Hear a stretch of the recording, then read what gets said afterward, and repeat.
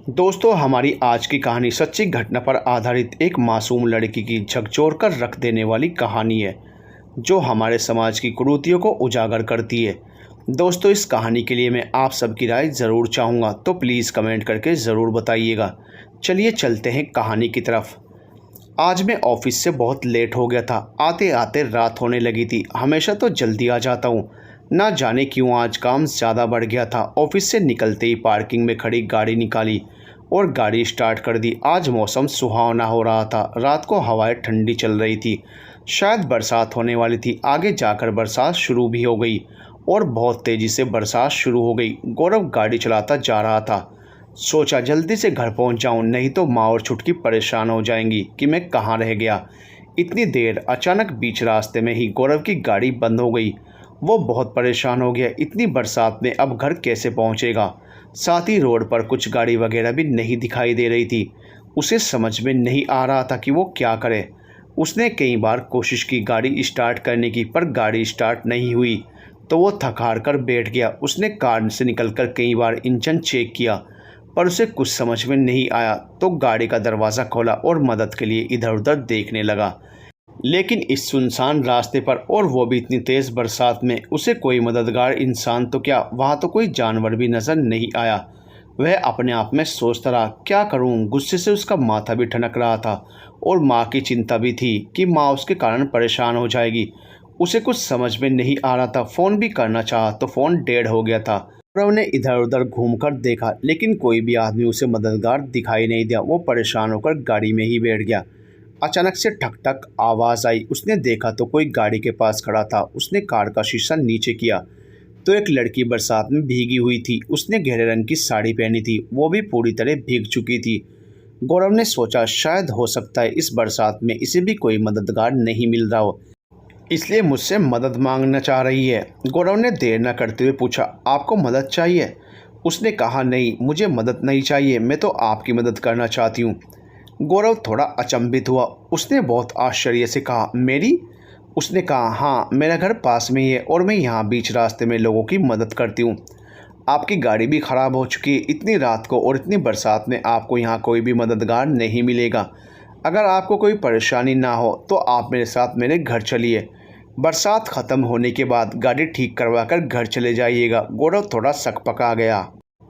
फिर उसे लगा कि मैं इतनी बरसात में घर तो जा नहीं सकता और सारी रात इस कार में अकेले बिता भी नहीं सकता। थोड़ा डर भी लग रहा था इस सुनसान रास्ते पर। उसने गाड़ी का दरवाज़ा खोला, कार से बाहर निकला और कार को अच्छी तरह से लॉक कर दिया। फिर कहा, चलिए। अभी तक गौरव ने उसे ठीक से नहीं देखा था।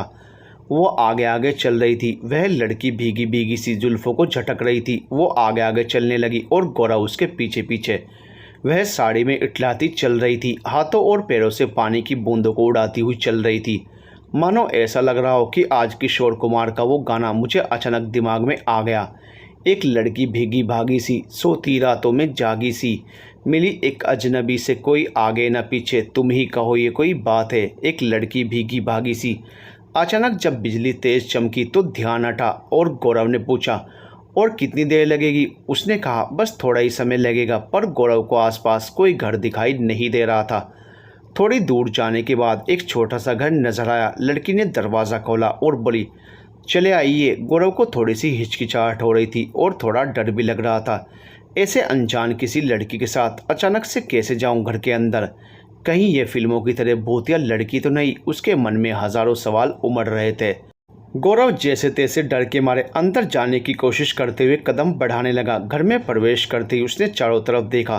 सोचा, कहीं डाकू छुपे हों और मुझे लूटकर मार दिया तो? मेरे पास तो एटीएम कार्ड भी है, मोबाइल भी है और लॉकर की चाबी भी है। फिर मेरी माँ और बहन का क्या होगा? मन में ना जाने कैसी कैसी बातें आने लगी। मेरी माँ और बहन को मेरी हत्या का पता भी नहीं चल पाएगा। वो कई तरह के काल्पनिक बातों में खोता जा रहा था। अचानक उस लड़की ने कहा, आप यहाँ सोफे पर बैठ जाइए, आप पूरी तरह भीग गए हैं, मैं आपके लिए कुछ कपड़े ला देती हूँ, फिर आप चेंज कर लीजिएगा। गौरव उस लड़की को गौर से देखता ही रह गया। वो लड़की फिर वापस आई और आकर कपड़े गौरव के हाथों में देकर बोली, वहाँ बगल में रूम है, आप वहाँ पर चेंज कर लीजिएगा। गौरव ने सोचा, कहीं यहाँ सीसीटीवी कैमरा तो नहीं है? कहीं यह मेरा वीडियो बनाकर वायरल तो नहीं कर देगी, मुझे मारकर या मेरी हत्या करके? कहीं यह मेरे परिवार वालों से पैसे तो नहीं मांगेगी? उसके मन में बहुत तरह की बातें चल रही थी, पर क्या करता, कपड़े भीगने के कारण उसे थोड़ी ठंड लग रही थी। उसने चारों तरफ देखा, अरे यहाँ कहीं सीसीटीवी कैमरा नहीं है। फिर गौरव कपड़े बदलकर बाहर आया। कपड़े ऐसे लग रहे थे जैसे किसी मोटे ताजे आदमी के हों। वह आकर चुपचाप सोफे पर बैठ गया। थोड़ी देर बाद वो लड़की आई और एक कप चाय का प्याला हाथ में थमाते हुए बोली, आपको सर्दी लग रही होगी, ये अदरक और तुलसी वाली चाय पी लीजिए। गौरव उसको देख रहा था। बहुत ही मासूम प्यारी सी लग रही थी। कहीं ऐसा तो नहीं इस मासूम प्यारी सी लड़की के चेहरे के पीछे एक खूनी डाकू गिरोह का हाथ हो जो लोगों को चाय पिलाकर मारती हो। फिर उसने कपकपाते हाथों से प्याला ले लिया और होंठों से सटाकर शोर करते हुए पीने लगा। डर से कांपने की वजह से उसके प्याला गड़ गड़ गड़ की आवाज़ कर रहा था, जैसे अभी छूटकर नीचे ज़मीन पर गिरने वाला हो। वो बोली, आप घबराइए नहीं, आप चाय आराम से पीजिए। और वो वापस चली गई। गौरव की तो डर से हालत ही ख़राब हो रही थी। इतने प्यार से चाय पिला रही है, कहीं चाय में जहर तो नहीं मिला हुआ है। उसकी चाय ख़त्म हो चुकी थी।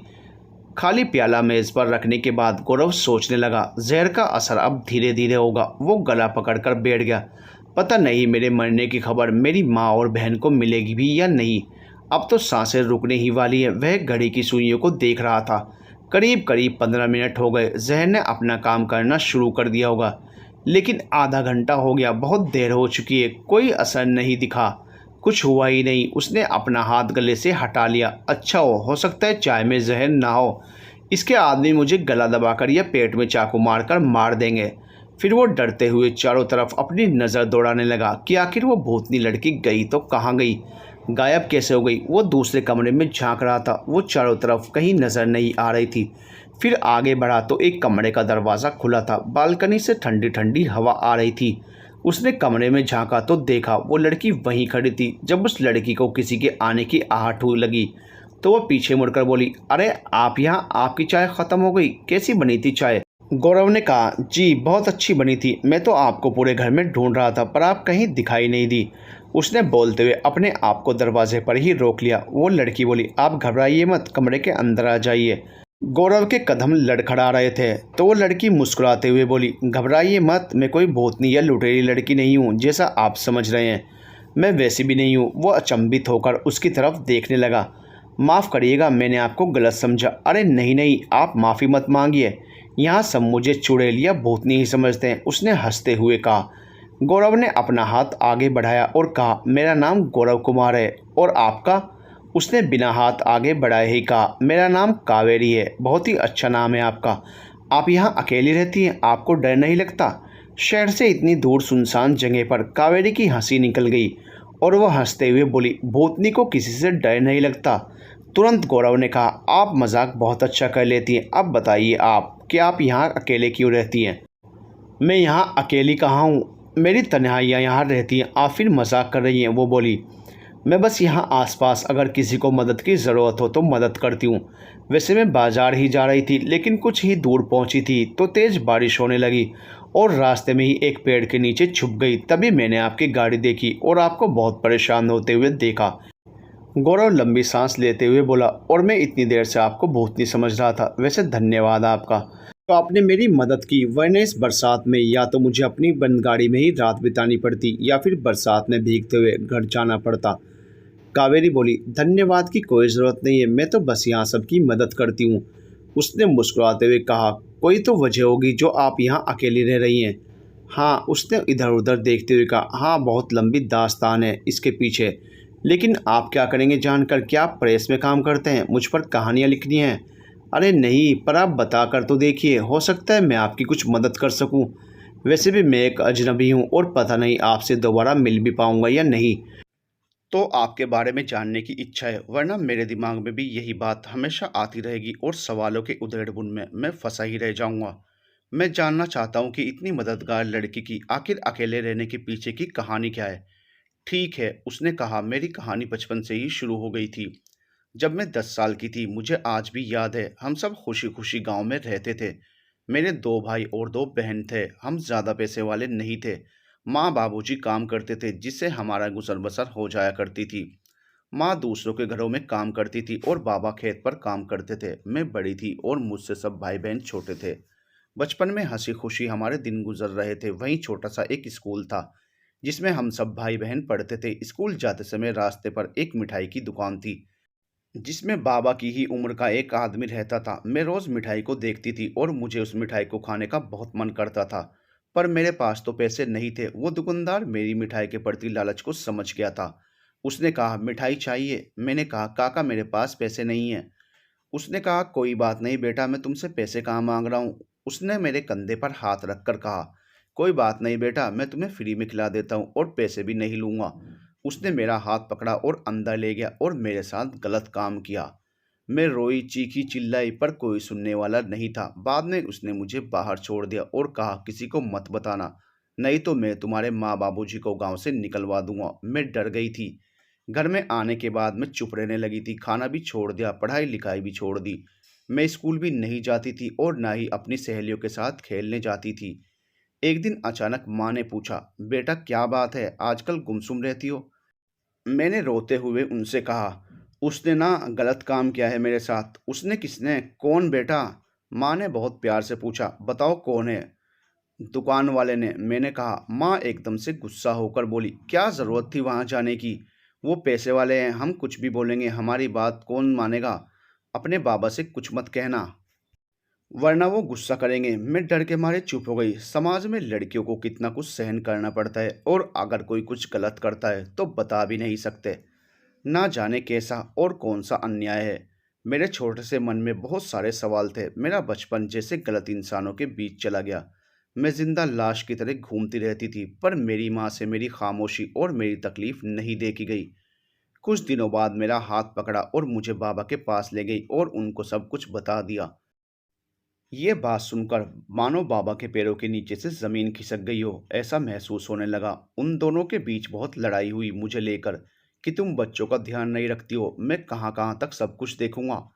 माँ ने मेरा हाथ पकड़ा और दुकान वाले के पास ले गई और कहा, तुझे शर्म नहीं आती? तेरी बेटी जैसी है और तेरी बेटे की उम्र की है। और गुस्से से सारी बातें उससे बोलती जा रही थी और वो सुनता रहा। एकदम से सामने आकर खड़ा होकर बोला, अरे गांव वालों, सुनो सुनो और आकर देखो कैसे कैसे इल्जाम लगा रही है ये मुझ पर।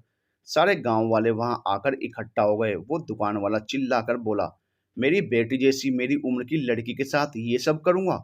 देखो भैया, हम पैसे वाले हैं तो लोग क्या क्या दोष हम पर लगा देते हैं। सारे गांव वाले दुकान वाले के पक्ष में बोलने लगे।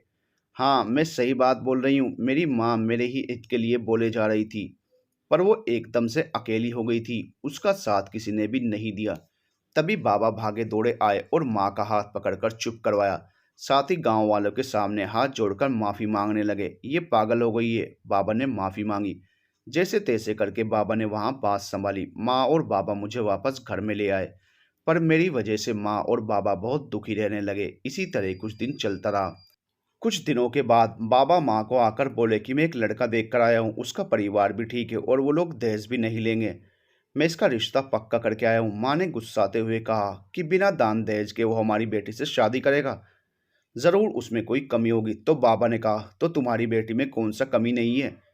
मेरी बेटी में कोई कमी नहीं है, कमी उस धोखेबाज इंसान में है जिसने मेरी बेटी पर बुरी नजर डाली थी। जो भी हुआ है अब चुपचाप रहना है। मैं शादी पक्की कर चुका हूँ, तो बस इसके आगे और कुछ नहीं।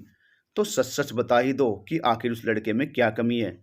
लड़के में कोई कमी नहीं है, बस उसके दो छोटे छोटे बच्चे हैं और कुछ ही दिन पहले उसकी पत्नी का देहांत हो गया है। बच्चों की देखरेख के लिए उसे पत्नी की जरूरत है। कहा है कोई दाई नौकर उसके बच्चों को नहीं संभाल सकती है? घर में और कोई नहीं है उसके बच्चों को संभालने के लिए? मैं कुछ नहीं जानता, बाबा ने मुंह घुमाते हुए कहा। सुनो ना कावेरी के बाबूजी, थोड़ा दिमाग से सोचो। अभी हमारी बेटी बहुत छोटी है, अभी उसे पढ़ने दो। ऐसे किसी भी लड़के के साथ अपनी बेटी का ब्याह कैसे कर सकते हैं? खुद ही सोचो। बाबूजी ने कहा, मैं सब कुछ सोच कर आया हूँ और रिश्ता पक्का कर चुका हूँ। अब कुछ अच्छा दिन देख करके शादी का मुहूर्त निकाल कर इसकी शादी करवा दूंगा। माँ रोती रही, पर पिताजी ने मेरी माँ की एक बात भी नहीं सुनी। उनके दिल पर माँ की बातों का कोई प्रभाव ही नहीं पड़ा। कुछ दिनों बाद मेरी शादी कर दी गई उस इंसान से जिसे ना मैं जानती थी ना पहचानती थी। मैं नाबालिग थी, उस समय मैं केवल 14 वर्ष की थी। शादी जैसे संबंधों के बारे में कुछ पता भी नहीं था, और जिस इंसान से मेरी शादी हुई थी वो मुझसे कई साल बड़ा था। उसके दोनों बच्चे मुझसे 2-4 साल ही छोटे थे और उसने मुझसे शादी कर ली। शादी के बाद मैं वहाँ किसी को ना जानती थी ना पहचानती थी। मैं केवल एक दासी की तरह वहाँ पड़ी थी। नौकरानी की तरह काम करती थी। मुझ पर किसी का ध्यान भी नहीं जाता था, जैसे कि घर में कोई बेकार सामान। और रात को शराब के नशे में मेरे पिता जैसी उम्र का वह इंसान मेरी आत्मा को रौंदता रहता था। हर रात वह मेरी आत्मा को छलनी कर देता था। अभी शादी के 2-3 महीने ही बीते थे कि मेरे पति का ज़्यादा शराब पीने से लीवर खराब हो गया और उसकी अचानक मौत हो गई। ससुराल वालों ने मुझ पर अपशगुनी का आरोप लगा दिया। मुझ पर कई तरह के लांछन लगाने लगे। लोग मुझे अपशगुनी कहने लगे। घर के साथ साथ समाज के लोगों ने भी यही कहना शुरू कर दिया। घर में कदम रखते ही अपने पति को खा गई। मैं सब सुनती रही, क्योंकि मैं तो बस पत्थर की गुड़िया बन गई थी, जिसमें ना जान थी ना ही कोई भावना थी। मेरी आंखों के आंसू भी अब सूख चुके थे। पति की मौत के बाद वहां ससुर, जेठ, देवर, पड़ोसी सब मुझे गलत नज़र से देखने लगे। कोई ना कोई हर रात मेरी इज्जत उतारता रहता और मुझे चुप करवा दिया जाता था, धमकियां देकर कि तुम्हारे माँ बाप को गांव से निकलवा दूंगा, या तुम पर झूठा आरोप लगा दूंगा, या तुम्हें बदचलन साबित करवा दूंगा। हद तो उस दिन हो गई जब खेलते खेलते मेरे पति के एक बच्चे को चोट लगी और मैं वहीं खड़ी थी। वह गंभीर हो गया। मैंने उसे गोद में उठा लिया, परंतु सारा दोष मेरे ऊपर मढ़ दिया गया। बात तो इतनी आगे तक पहुंच गई कि लोगों ने मुझे डायन बोलना भी शुरू कर दिया। घर से बाहर निकलते देख औरतें अपने बच्चों को ऐसे छुपा लेती थी, जैसे मैं उनके बच्चों को नजर लगा दूंगी, उनके बच्चों को कुछ कर दूंगी। एक दिन गांव के किसी घर काला जादू हो रहा था। काला जादू तो आप समझते होंगे, आप पढ़े लिखे हैं, हो सकता है ये सब बात आप नहीं भी समझे। काला जादू अक्सर गांव या छोटे शहरों में होता रहता है, जो कि ढकोसला बाबाओं का सिर्फ एक धर्म और अंधविश्वास रहता है। काला जादू करने वाले बाबा ने मुझ पर गलत आरोप लगाया और लोगों ने मुझे गलत समझ लिया कि मैं काला जादू करती हूँ। डायन तो पहले से ही वो मुझे समझते थे। अब गांव में जो भी कुछ खराब घटना होती वो सब मैं ही कर रही हूँ, क्योंकि मैं जहाँ जाती थी वहाँ कुछ घटना घट ही जाती थी। अगर कोई मुझे देख लेता था, उसके बाद उसका काम बिगड़ जाता था, तो वो मुझे दोष देता था। कोई सुबह उठकर मेरा चेहरा नहीं देखता था और मुझे देखते ही राम राम कह देता था। मेरे ससुराल वालों ने भी यही बोलना शुरू कर दिया। उन्होंने मुझे बीच चौपाल पर रस्सी से बांध दिया और मुझे जिंदा जलाने की कोशिश करने लगे। पर किसी ने वहां आकर कहा कि अगर इसे जला दोगे तो ये मरने के बाद हमारे गांव में ही भूत बनकर घूमती रहेगी और इससे गांव वालों को बहुत परेशानी होगी। इसके कारण गांव में भूकंप आने लगेगा, गांव में सूखा पड़ जाएगा, बाढ़ आ जाएगी। इसलिए इसे जलाने से अच्छा है इसका सिर मुड़वा कर इसके मुंह पर कालिक पोत कर गांव से निकलवा दिया जाए, ताकि ये जहाँ जाए मरे तो मरे। फिर क्या था, गांव वालों ने ऐसा ही किया।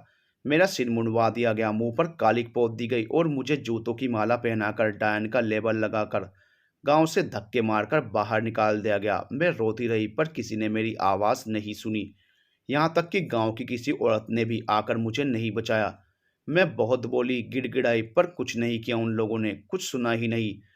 मैं 18 साल की भी नहीं थी, मुझे इतना कुछ सहन करना पड़ा। यहाँ तक कि मेरे माता पिता ने भी शादी के बाद मेरी कोई खैर खबर तक नहीं ली। मैं कहाँ थी, कैसी थी, जिंदा हूँ या नहीं हूँ, मर गई या नहीं, माँ बाप ने मुझसे कभी नहीं पूछा। मैं माँ बाप के पास भी किस मुंह से जाती। बस जैसे तैसे करके बहुत मेहनत करके ये छोटा सा मकान बना लिया। 2-3 साल से यहीं रह रही हूँ और ज़रूरतमंद लोगों की मदद करती हूँ। पर यहाँ आसपास के लोग मुझे भूतनी समझते हैं, क्योंकि मैं अकेली रहती हूँ, सुनसान इलाके में रहती हूँ। ये कहानी थी मेरी, शायद छोटी थी, पर मेरे लिए बहुत दर्दनाक थी। बोलते बोलते वो आसमान को देखने लगी। कावेरी की सारी बातें सुनने के बाद गौरव गुस्से से बोला, ऐसे लोगों को तो बीच चौराहे पर गोली मार देनी चाहिए। ये समाज में रहने लायक नहीं है। समाज पर बहुत बड़ा कलंक है ऐसे लोग। तुमने आज तक इन लोगों के खिलाफ कुछ किया क्यों नहीं? कावेरी उसकी तरफ मासूमियत से देखते हुए बोली, रहने दीजिए, छोड़िए इन सब बातों को। शायद ये मेरी किस्मत में ही लिखा था। किस्मत वगैरह कुछ नहीं होता है, बुरे लोगों के साथ हमेशा बुरा ही करना चाहिए। चलिए, पहले जो हुआ सो हुआ, अब तो आपकी किस्मत बदल सकती है। आपको आगे बढ़ना चाहिए। पुलिस और एनजीओ की मदद से इन लोगों को सजा दिलानी चाहिए। कौन सुनेगा मेरी बात? ये बात बहुत पहले की थी। क्या सबूत है मेरे पास इन सब बातों का? और फिर कीचड़ में पत्थर मारने से छींटे मुझ पर भी पड़ेंगे, जिन्हें आज मालूम नहीं है उन्हें भी मालूम हो जाएगा। समाज आपका सड़कों पर चलना मुश्किल कर देगा। ये सब बात पढ़ने में और सुनने में अच्छा लगता है। गौरव बोला, तुम जानती हो किस्मत तुम्हारी अच्छी नहीं थी, पर उस समय तो तुम नाबालिग थी, तुम्हें अच्छे बुरे की पहचान नहीं थी। ये समाज का अत्याचार है जो औरतों को सहना पड़ता है। तुम तो बहुत कुछ सह चुकी हो। बहुत सी औरतें तो इसके बाद आत्महत्या कर लेती है, कई मानसिक रूप से पीड़ित हो जाती हैं। पर इसकी रोकथाम खुद करनी होगी और फिर तुम्हारी उम्र ही कितनी है? अभी तो तुम मात्र 18-19 साल की हो। अभी तो तुम्हें समझने की शक्ति आई है। तुम अबला नहीं हो, खुद की रक्षा करना सीखो। मैं तुम्हें नहीं जानता, पर आज तुम्हारी कहानी सुनकर मुझे ये मालूम हुआ कि तुमने ज़िंदगी से हार मान ली है और तभी तुम इस सुनसान इलाके में छुप कर रहती हो। तुम चाहो तो फिर से पढ़ाई-लिखाई करके आगे बढ़ सकती हो और अपने साथ हुए अत्याचार को रोक सकती हो, ताकि तुम्हारी तरह कोई दूसरी कावेरी ना बन सके। पर मैं नहीं कर सकती। तुम क्यों नहीं कर सकती? और कावेरी की आंखों में आंसू आ गए। क्योंकि कई बार हमें समाज के साथ चलना पड़ता है। माँ बाबा भी समाज के पीछे भागे और मेरी जिंदगी खराब कर दी। मानो कावेरी के अंदर दर्द का सैलाब उठ गया हो। उसकी आवाज़ उसका साथ नहीं दे रही थी। उसकी आवाज़ गले में ही अटक रही थी। वो कहना चाहती थी, चीखना चाहती थी, चिल्लाना चाहती थी, पर कुछ नहीं बोल पाई और चुप हो गई। तभी गौरव ने कहा, तुम औरतों की सबसे बड़ी यही कमजोरी है जिसका फायदा समाज के लोग उठाते हैं। तुम्हें अपने हक की लड़ाई लड़नी ही नहीं आती है। समाज के डर से तुम लोग हर वक्त दबी रहती हो और खुद को अबला नारी साबित कर देती हो। तुम्हें आगे बढ़ना चाहिए, अपने हक की लड़ाई लड़नी चाहिए।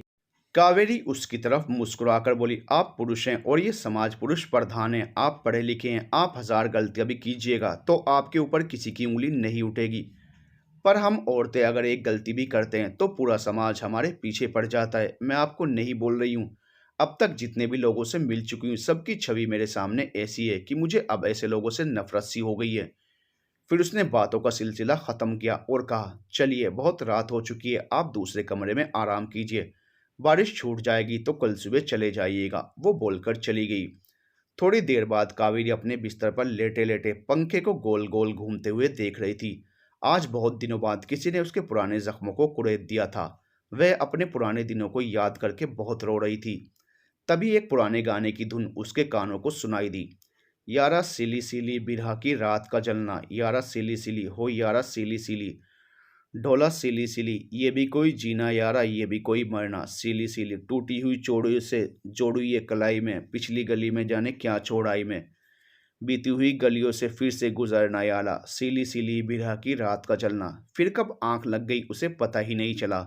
सुबह हो चुकी थी, बारिश भी रुक गई थी। वो जल्दी से उठी और चाय बनाने लगी।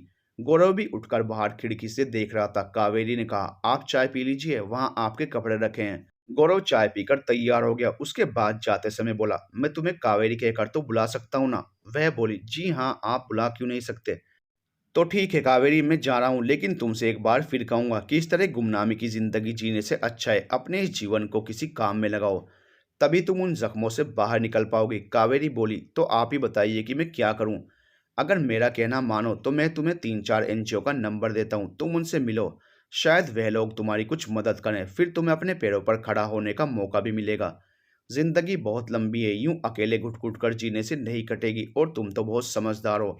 क्या तुम्हारे पास कोई फ़ोन है या कोई नंबर जिससे मैं तुम्हें कांटेक्ट कर सकूं? कावेरी ने सिर हिलाते हुए कहा, मुझे कभी फ़ोन की ज़रूरत ही नहीं पड़ी, क्योंकि मेरी खबर पूछने वाला कोई है ही नहीं। मैं मोबाइल किस लिए रखूंगी? गौरव अपना सिर नीचे झुकाकर बोला, अच्छा कोई बात नहीं, मैं तुम्हें अपना नंबर देता हूँ। अगर कभी लगे कि तुम्हें मुझसे बात करनी है तो नंबर पर बात करना। गौरव अपना विजिटिंग कार्ड कावेरी को देते हुए बोला, इसमें मेरा नाम, मेरा नंबर लिखा हुआ है। कावेरी बोली, आप घबराइए मत, मैं बचपन से चौथी क्लास तक पढ़ी हूँ, इसलिए इतना पढ़ सकती हूँ। फिर गौरव चला गया। उसे अपनी गाड़ी भी गैरेज में देनी थी। घर जाने के बाद भी गौरव को चैन नहीं मिला। उसका बार बार ध्यान कावेरी के ऊपर हुए जुल्मों पर था। वो उसके बारे में सोचता रह गया। फिर माँ और बहन को उसके बारे में बताया। सबकी आंखें नम हो गई। कैसे कैसे सोच के लोग होते हैं। औरत को लोग अपनी जागीर समझते हैं, जो मन में आए वही करते हैं। फिर उसे डायन बता देते हैं और वो जितना दर्द सहन करती है, पुरुष उसके ऊपर और नमक छिड़क देता है। जिंदगी भर वह संघर्ष करती रहती है और संघर्ष के बदले औरतों को क्या मिलता है? बस ताने और अपशब्द। चाहे समाज कितना भी पढ़ा लिखा हो जाए, पर कहीं ना कहीं औरतों के लिए उसके दिमाग में छोटी सोच होती ही है। दहेज हो, घरेलू हिंसा हो, रेप हो या छेड़छाड़ जैसी गलत कामों को खुद पहल करता है, और अगर कोई रोकने की कोशिश करता है तो उसकी आवाज़ हमेशा के लिए दबा दी जाती है। गौरव सबसे पहले 3-4 जगह एनजीओ से मिला, कावेरी की बीती हुई जिंदगी के बारे में बताया और उनसे मदद मांगी। अगले दिन एक ऐसी ही एनजीओ का पता चला जो औरतों को पढ़ाता है और पैरों पर खड़ा करता है। उसने कावेरी के घर का पता बताया। एनजीओ की कुछ महिलाएं वहां गई और कावेरी से मिली, उससे बात की और उसकी कहानी सुनी। फिर वो लोग उसे अपने साथ अपने संस्थान में ले गए। जहाँ कावेरी निडर होकर कुछ कुछ काम सीखने लगी और थोड़ी थोड़ी पढ़ाई भी करने लगी। इस तरह 6 महीने बीत चुके थे। गौरव हमेशा कावेरी के बारे में एनजीओ से फोन करके पूछता रहता था। कभी कभी वह उसे दूर से देखकर भी चला जाता था। एक दिन अचानक रास्ते से कावेरी कुछ सामान लेकर के जा रही थी, तो गौरव गाड़ी लेकर उसके पास पहुंच गया। जब अचानक गौरव को देखा तो वह चौंक गई। गौरव ने मजाक करते हुए कहा कि इस तरह अपने चेहरे को छुपाकर आप क्या किसका कत्ल करके आ रही हैं? वह मुस्कुराते हुए बोली, मैं बस यूं ही जा रही थी कि कोई मुझे पहचान न सके, पर आपने तो पहचान ही लिया। अभी भी आपके मन में यह डर है? अरे अब तो आप अपने पैरों पर खड़ी हो गई हैं, फिर आपको किस बात का डर है? ऐसी बात नहीं है। पर आप यहाँ आपने तो कभी फ़ोन भी नहीं किया। मैं अपना फ़ोन नंबर भी आपके पास छोड़कर आया था, लेकिन आपने कभी मेरा हाल चाल नहीं पूछा, तो मैं खुद ही आपसे मिलने चला आया। वह मुस्कुराते हुए बोली, आप जहाँ भी रहेंगे अच्छे से ही रहेंगे। आपका तो मुझ पर बहुत बड़ा एहसान है, जो आपने मुझे यह ज़िंदगी दी है, जिससे मैं अभी बहुत कुछ सीख रही हूँ। गौरव बोला, अच्छा छोड़िए, चलिए बैठिए, आपको एक जगह ले चलता हूँ। वो बोली, कहाँ? वैसे आपको मुझ पर विश्वास तो है ना? आपके अलावा मुझे किसी पर विश्वास नहीं है। वह कावेरी को लेकर के चला गया। उसने रास्ते में पूछा, आप कहाँ ले जा रहे हैं? पहले आप ध्यान से देखिए तो फिर सोचिए कहाँ जा रहे हैं। कावेरी को यह रास्ता जाना पहचाना सा लग रहा था। गौरव कावेरी को उसी के गांव लेकर जा रहा था। कावेरी गाड़ी से उतरते ही भावुक हो गई। उसकी आंखों से आंसू छलकने लगे। वह धीरे धीरे अपने पैरों को आगे बढ़ा रही थी। वो जाकर उसी मिठाई की दुकान पर रुक गई जहाँ से उसकी बर्बादी शुरू हुई थी। वहाँ पुलिस फोर्स लगी हुई थी और डंडे से उस मिठाई वाले को मार रही थी कि मिलावट करता है, 2 नंबर का माल बेचता है। तुझे जिंदगी भर हवालात में रखूंगा, तुझे उम्र कैद की सजा होगी और तेरे ऊपर 50,000 का जुर्माना भी लगेगा। पुलिस उसे पकड़कर ले जा रही थी। वह गिड़गिड़ा रहा था, चिल्ला रहा था कि मैंने कुछ नहीं किया, मैं बेईमानी नहीं करता हूँ, किसी ने मुझे फंसाया है। पूरे गांव वालों से पूछ लो, मैं ईमानदारी के साथ ही दुकान चलाता हूँ। मेरे ऊपर आज तक किसी ने कोई दाग नहीं लगाया। यह किसी की साजिश है। कावेरी को उसकी मक्कारी याद आने लगी। उसकी आंखों से आंसू बह रहे थे। वह अपने हाथों को कसकर मुट्ठी बनाए हुए अपने आप को रोक रही थी, लेकिन मन में आ रहा था कि जाए और खींचकर उसे 2-3 थप्पड़ मारे कि बता तूने मेरी जिंदगी क्यों बर्बाद की। मैं तो नादान थी, मैं अबोध थी, पर तू तो समझदार था। फिर गौरव ने उसका हाथ पकड़ा तो उसे थोड़ा सा सुकून मिला। वह बोली, आप मुझे यहाँ क्यों लाए हैं? गौरव ने उसकी तरफ देखते हुए कहा, क्योंकि तुम अपनी आंखों से देख लो कि बुरा करने वालों का अंजाम यही होता है। इससे तुम्हारे मन को सुकून मिलेगा और तुम्हारे जख्म भर जाएंगे। ठीक है, अब आप मुझे यहाँ से ले चलिए। गौरव ने कहा, अभी नहीं, अभी एक चीज और है। गौरव आगे आगे चल रहा था। कावेरी उसके पीछे पीछे आने लगी। गौरव कावेरी के घर के पास जाकर रुक गया। कावेरी के बाबा बाहर खाट पर बैठे थे। गौरव ने कहा, बाबा, यहाँ हम जनगणना की तरफ से आए हैं, जानना चाहते हैं कि आपके परिवार में कितने सदस्य हैं। वहाँ किसी ने कावेरी को नहीं पहचाना। बाबा ने कहा, बस हम दोनों पति पत्नी और हमारे 3 बच्चे हैं। गौरव ने झूठ का पेपर निकालते हुए कहा, पर पिछले 10 साल की जनगणना में तो आपके बच्चों की गिनती 4 है। उसके बाबा ने तुरंत खाट से उठते हुए कहा, मर चुकी है वो, उसकी चिता जल चुकी है, अब वो इस दुनिया में नहीं है। गौरव ने पूछा, आप किसकी बात कर रहे हैं? गुस्से से उसके बाबा ने कहा, मेरी बेटी थी कावेरी, कई साल पहले ही मर गई। क्या हुआ था उसे? उसे उसे कुछ बहुत खराब बीमारी हो गई थी, वह मर चुकी है हम सब के लिए। वहीं दरवाजे के पास कावेरी की मां रोने लगी। कावेरी से भी नहीं रुका गया। रोते हुए वह वहां से चली गई। गौरव उसको देखते हुए बोला, क्या हुआ? वह बोली, आप मुझे और कितनी तकलीफ देंगे? मैं जानती हूँ मेरे माँ बाप मुझे भूल चुके हैं, वह नहीं चाहते हैं मैं जिंदा रहूं। यही सब आपको मैं दिखाने के लिए लाया था कि जो लोग आपको भूल चुके हैं और आपको मरा हुआ मानते हैं, आप उन्हें भूलकर जिंदगी में आगे बढ़ें। कावेरी को गौरव की बात समझ में आ गई। चलिए, अब एक नई जिंदगी आपका इंतजार कर रही है। क्या मतलब? आप पहले चलिए तो। गौरव कावेरी को अपने साथ अपने घर ले गया। उसने कहा, आप अंदर आइए, ये आपका घर है। अरे आप आइए तो। कावेरी को बहुत अच्छा लगा उसका घर। तभी घर के अंदर से गौरव की माँ और बहन आई। कावेरी ने उनका हाथ जोड़कर नमस्ते किया। सबके चेहरे पर बहुत खुशी थी। शायद कावेरी भी अपने लिए ऐसे ही छोटे से परिवार के सपने देख रही थी। उसे लगता था मेरा भी ऐसा ही छोटा सा परिवार होता, पर किस्मत ने उसे कहां से कहां पहुंचा दिया। वह यही सोच रही थी कि एक औरत सिर्फ मान सम्मान की भूखी होती है, उसे पैसे से कोई लगाव नहीं होता। अगर अपने उसकी इज्जत मान सम्मान करते हैं तो वह अपना सारा जीवन अपने परिवार की सेवा में लगा देती है। हर औरत मान सम्मान खुशी चाहती है, अपने पति से प्यार चाहती है। वह चाहती है कि उसका पति उससे बहुत प्यार करे, उसे समझे, उसे ढेर सारी खुशियां दे। जिस औरत को अपने पति का प्यार मिलता है, वह औरत कभी दुखी नहीं होती। शायद ये मेरा सपना सपना ही रह गया। उन लोगों को हंसता हुआ देखकर अचानक उसकी आंखों से आंसू आने लगे। गौरव की माँ ने उसके पास बैठकर कहा, क्या हुआ बेटा, तुम्हें घर की याद आ गई? हम भी तो तुम्हारे अपने हैं। मुझे ही अपनी माँ मान लो और देखो, ये तुम्हारी छोटी बहन के समान है। पर शायद आप मेरे बारे में नहीं जानती हैं। मेरे बारे में जानने के बाद आप भी मुझसे नफरत करने लगेंगी। गौरव की माँ ने उसके सिर पर हाथ रखते हुए कहा, मैं तुम्हारे बारे में बहुत पहले से जानती हूँ। जिस दिन गौरव तुमसे मिलकर आया था उसी दिन उसने हम सभी को तुम्हारे बारे में बता दिया था। और हमें तुमसे नफरत नहीं, बहुत प्यार है। हम सब तुम्हारी बहुत इज्जत करते हैं। इतना जानने के बाद भी इसमें तुम्हारी कोई गलती नहीं थी बेटा। ये तो हमारे समाज में रहने वाले बुरे लोगों की बुरी सोच है। तुम इसे अपना घर समझो, हम सब तुम्हारा परिवार हैं। गौरव ने कावेरी की तरफ देखते हुए कहा, अब आपसे मैं एक बात पूछना चाहता हूँ, क्या आप इस परिवार को अपनाएंगी? कावेरी आश्चर्य से खड़ी हो गई। वो बोली, गौरव जी, आप मेरा अतीत जानने के बाद भी मेरे साथ ऐसा मजाक मत कीजिए। मैं आपसे सच पूछ रहा हूँ, क्या आप मुझसे शादी कीजिएगा? क्या आपको मेरी माँ और बहन के साथ रहना पसंद है?